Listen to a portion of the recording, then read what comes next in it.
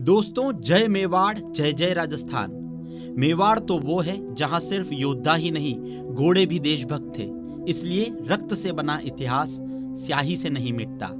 मुझसे कई लोगों ने कहा कि मैं महाराणा प्रताप पर कविता साझा करूं, लेकिन माफ कीजिएगा, महाराणा प्रताप को पढ़ने या कहने के काबिल मैं तब बनूंगा जब चेतक को पढ़ूंगा। मेवाड़ की शौर्य गाथाओं की कड़ी में आज मैं स्वामी भक्त चेतक की एक कविता साझा कर रहा हूं, जो उत्तर प्रदेश के कवि अजय अंजाम जी ने लिखी है। कविवर से आज्ञा मांगता हूं और सुनाता हूं। मुगलिया काल में जलालुद्दीन अकबर के गाल पर कमाल के चांटे सा पड़ा था युद्ध। राजा मेवाड़ के प्रताप महाराणा, उनके माथे पर सोने के मुकुट सा अड़ा था युद्ध। हल्दी की घाटी में वीर परिपाटी में, मेवाड़ की माटी में मौत सा अड़ा था युद्ध। और दूजे युद्ध घोड़े पर बैठकर लड़े थे शेर। दूसरे युद्धों से यह युद्ध कैसे अलग था? दूजे युद्ध घोड़े पर बैठकर लड़े थे शेर, यहां शेर पर सवार बब्बर शेर ने लड़ा था युद्ध। क्या बात लिखी है। भारत की माटी का वंदन अनेक बार, चंदन समान इसे मस्तक लगाता हूं।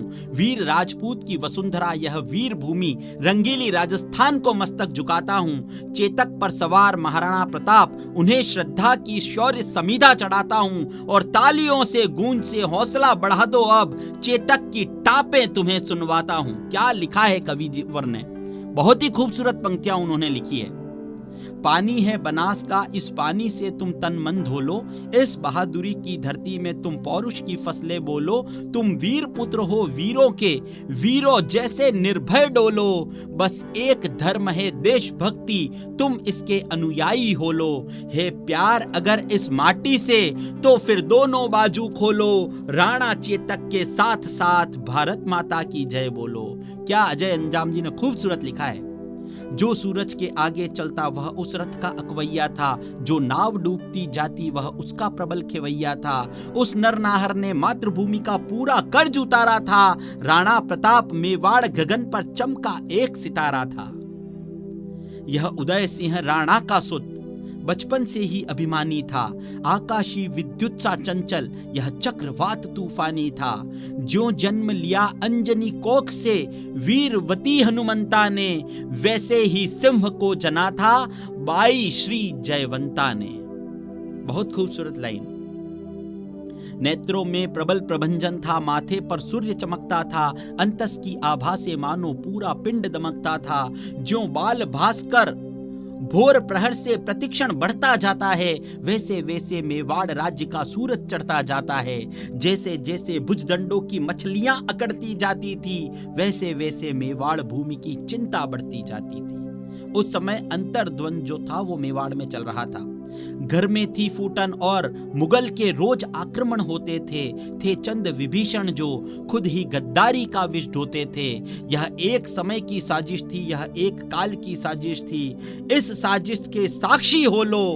राणा चेतक के साथ साथ भारत माता की जय बोलो। राणा चेतक के साथ साथ भारत माता की जय बोलो। मुगलों के राजा अकबर ने षड्यंत्र रचा आघाती था, लेकिन प्रताप का तेवर भी तेजाबी था, प्रतिघाती था। ये जो हल्दी घाटी का युद्ध था, ये कोई तंजीमों का युद्ध नहीं था, ये मजहबों या धर्मों का युद्ध नहीं था। यह आतताई के अहंकार के सामने राजस्थान के पौरुष और पराक्रम का युद्ध था। क्योंकि अगर यह धर्म का युद्ध होता तो अकबर की सेना में मानसिंह और राणा प्रताप की सेना में हकीम खां सूरी नहीं होते। तब कविवर लिखते हैं, मुगलों के राजा अकबर ने षड्यंत्र रचा आघाती था, लेकिन प्रताप का तेवर भी तेजाबी था, प्रतिघाती था। अकबर ने राजा मानसिंह को सेनापति बनवाया था, रजपूती सेना के विरुद्ध रजपूतों को भड़काया था।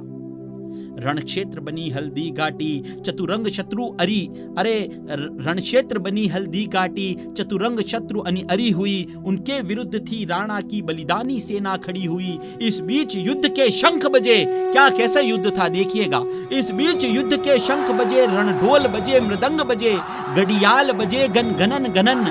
जो जारू युद्धक जन बजे, बज उठी तेग तलवार बजी, मुकद्दर बख्शी तलवार बजे, बंदूकों की शहनाई संतोपों के मुखर सितार बजे, दो धारी बढ़ी खन्न खन्न, छुरियां छन छन छनन छाप बजी, जन जन जनाजन चंद्रहार, दुश्मन की गर्दन नाप बजी, शेरों की टोली धन्य धन्य और तीर बोलते सन्न सन्न, घोड़े की घंटी टन टन, हाथी का घंटा गन्न गन्न। क्या खूबसूरत उस युद्ध का वर्णन इन्होंने किया है। अरे अरे सर कटकर गिर जाते थे पर लोथे ही अड़ती रहती थी, और कहीं विलक धड़ से होकर बाजुएं लड़ती रहती थी। क्या खूबसूरत वर्णन है। अरे जिसको भगोड़ देता चेतक उसका बख्तर कट जाता था, जिसको भाला घुस जाता था गुब्बारे सा फट जाता था, वह नीले घोड़े का सवार तूफान दिखाई देता था, जिस और निकल जाता चेतक शमशान दिखाई देता था। उस नीले घोड़े का कौतुक देखो, अपनी आंखें खोलो, राणा चेतक के साथ साथ भारत माता की जय बोलो। बहुत ही खूबसूरत पंक्तियां चेतक के लिए। भैरव बन गया त्रिशूल और दो धारी चंडा बन बैठी, फिर रक्त बीज बन गए मुगल, बरछी चामुंडा बन बैठी, बैरी को तक्षक थे प्रताप, फूंकार बन गया था चेटक, थी सूखी घास मुगल सेना, अंगार बन गया था चेटक। अरे मुगलों की अभिमानी गुड़की पल में पुकार हो जाती। क्या दृश्य होंगे वहां पर। अरे मुगलों की अभिमानी गुड़की पल में पुकार हो जाती थी, जब तक वह अल्लाह कहते थे तलवार पार हो जाती थी। अरे बैरी के सर पर था चेटक, हाथी के ऊपर था चेटक, आंखों के आगे था चेटक, छाती के भीतर था चेटक, थल में चेटक, जल में चेटक, छल में चेटक, बल में चेटक, लोहू की नदियां बहती थी, नदियों की कलकल में चेटक, पानी पर चेटक दौड़ रहा, चेटक चलता अंगारों में, वाणी पर चेटक डोल रहा, चेटक घुस गया विचारों में। राणा पर होता वार अगर तो तुरंत झुकाई देता था, यदि यहां डूब जाता चेटक तो वहां दिखाई देता था। क्या गजब का लिखा है यार। मेवाड़ विजय के रास्ते में खुद का तन रोड़ा बना दिया, चेटक योद्धा बन गया और मुगलों को घोड़ा बना दिया। चेतक योद्धा बन गया और मुगलों को घोड़ा बना दिया। चेटक कहता रणचंडी से, आओ अपना खप्पर धो लो, राणा चेटक के साथ साथ भारत माता की जय बोलो। राणा के एक इशारे पर चेटक फौरन मुड़ जाता था। बेरी सेना के सागर में चेटक तैराकी करता था, जाते जाते मुड़ जाता था, बेहद चालाकी करता था। जिसकी छाती पर चेतक की तगड़ी टापे पड़ जाती थी, उसके सीने में भाले सी दो टांगे घड़ जाती थी। था तभी अचानक मान सिंह हाथी पर असवार नजर आया। था तभी अचानक मान सिंह हाथी पर असवार नजर आया। राणा के संग चेटक की आंखों में भी खून उतर आया। राणा कोई कौतुक करते इससे पहले वह घूम गया, अगली टांगों का प्रबल वार हाथी का मस्तक चूम गया। आघात, अरे आघात अश्व का भारी था, सहकर हाथी लड़खड़ा उठा। इतने में राणा का भाला विद्युत जैसा गड़गड़ा उठा। गद्दार गद्दार ठहर जा, पूर्ण हुए सब पाप तुम्हारे लगते हैं। तू भूल गया रण कौशल में, हम बाप तुम्हारे लगते हैं। क्या कहा राणा प्रताप ने।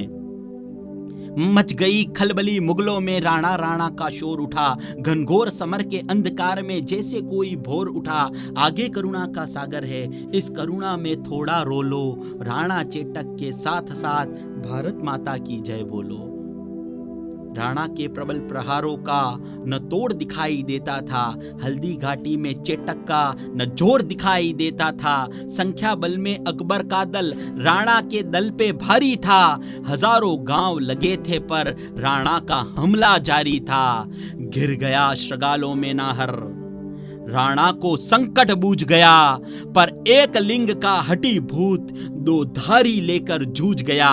इतने में जाला आ पहुंचे, बोले राणा प्रस्थान करो। तुमसे कल को आशाएं हैं, कुछ उसका भी तो ध्यान करो। राणा बोले रण में झाला। क्या बोले महाराणा उस समय। राणा बोले रण में झाला, इंच इंच कट सकता हूं, पर बेच भवानी तुलजा की मैं कभी नहीं हट सकता हूं। तब एक लिंग का नाम लिया, ले घोर शपथ जाला बोले, दुश्मन का वार लिया खुद पर, होकर लथपथ जाला बोले, इनको मैं धूल चटा दूंगा देखो तुम कल के मंगल को। झाला ने कसम दिलाई तो राणा चल निकले जंगल को। बढ़ते बढ़ते राणा मग में 21 गज का नाला आया, चेटक का तन था लस्त पस्त, लेकिन जैसे ज्वाला आया, अपनी पूरी ताकत समेत चेटक फलांग लगा बैठा, राणा की रक्षा करने को अंतिम छलांग लगा बैठा, राणा की रक्षा करने को अंतिम छलांग लगा बैठा। उस नील अश्व ने स्वामी भक्ति का पाठ सभी को सिखा दिया, करवट लेकर बेजान शीश राणा के चरणों में झुका दिया।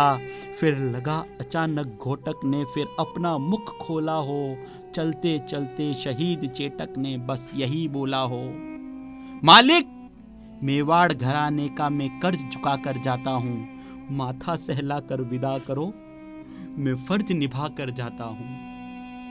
बस एक याचना यही है स्वामी, बस एक निवेदन है स्वामी, शत्रु का सिद्ध षड्यंत्र न हो, जब तक चेटक की याद रहे, मेवाड़ मेरा परतंत्र ना हो। क्या कहा चेटक ने उस समय? बार बार लोग बड़े फोन कर रहे हैं। जब तक चेतक की याद रहे, मेरा मेवाड़ परतंत्र ना हो। चेटक मेरे बेटे भैया, हा हा हा वीर चित्कार उठा, चेतक को बाहों में भरकर वह घायल शेर पुकार उठा। चेटक तेरी बलिदान कथा हिंदुस्तान भी गाएगा, गाएंगे श्याम नारायण भी, हर नौजवान भी गाएगा। चेटक तेरी सौगंध मुझे दुश्मन का नाम नहीं होगा, जब तक यह राणा जिंदा है मेवाड़ गुलाम नहीं होगा, मेवाड़ गुलाम नहीं होगा। आप देखिए कितनी खूबसूरत बात लिखी है। और अंतिम वचन जो राणा ने चेतक को दिया, और एक वचन मेरा भी है जिसकी प्रतिपूर्ति नहीं होगी, चेटक तेरे बगैर राणा की कोई मूर्ति नहीं होगी, चेतक तेरे बगैर राणा की कोई मूर्ति नहीं होगी, चेतक तेरे बगैर राणा की कोई मूर्ति नहीं होगी।